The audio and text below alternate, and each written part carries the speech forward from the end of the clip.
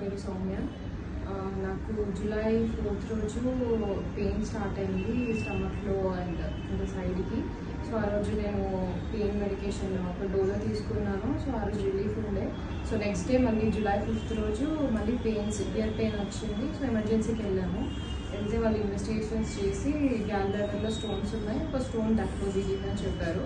So pain medication ఇచ్చి discharge చేశారు. So అక్కడి నుంచి మేము డాక్టర్ పవన్ కుమార్ గారు అనస్థిస్ట్ ఆయన డాక్టర్ దత్తారాం గారిని రిఫర్ చేశారు. సో ఆయన దగ్గరికి వెళ్ళాం మేము, డాక్టర్ దత్తారాం దగ్గరికి. అండ్ తను ఇన్వెస్టిగేషన్స్ చేశారు, నా కండిషన్ కనుక్కున్నారు.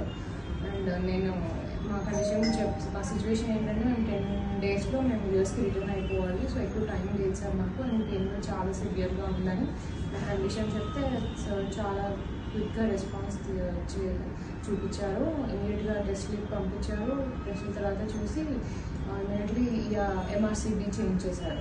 సో ఎంఆర్సీబీ చేయించిన 2 daysకి హాస్పిటల్ అడ్మిట్ అయితే నాకు మళ్ళీ కొంచెం జాండీస్ లాగా వచ్చింది.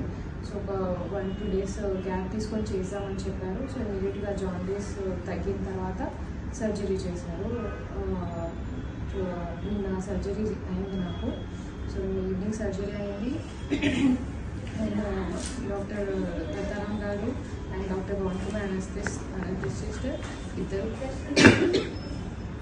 సర్జరీ చేశారు. అండ్ సార్ వాళ్ళ టీం కూడా చాలా కోఆపరేటివ్ ఉండే, చాలా సపోర్టివ్గా ఉండే. అండ్ ఇక్కడ ప్రీతి హాస్పిటల్లో, ప్రీతి యూరాలజీ అండ్ కిడ్నీ హాస్పిటల్ కొండాపూర్లో జరిగింది నాకు సర్జరీ. సో నిన్న ఈవినింగ్ అయిపోయింది సర్జరీ అయ్యే వరకు. సో అబ్జర్వేషన్లో పెట్టారు. సో స్టాఫ్ కూడా రెగ్యులర్గా అబ్జర్వ్ చేస్తున్నారు, వచ్చి కండిషన్ గురించి కనుక్కుంటూ ఉన్నారు. తర్వాత రూమ్కి షిఫ్ట్ అయిన తర్వాత ఎవ్రీ 2 hours 3 hours వచ్చి సిచ్యువేషన్ కనుక్కొని ఏమైనా ప్రాబ్లం ఉందా అనేసి రివ్యూ తీసుకొని ఫాలోఅప్లోనే ఉంటాయి స్టాఫ్ వాళ్ళందరూ. సో చాలా కోఆపరేటివ్గా ఉండే, చాలా మంచి రెస్పాన్స్ ఉంది.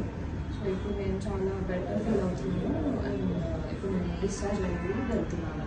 Thank you doctor Dattaram and doctor Pavan Kumar గారు. Thank you for all the staff members.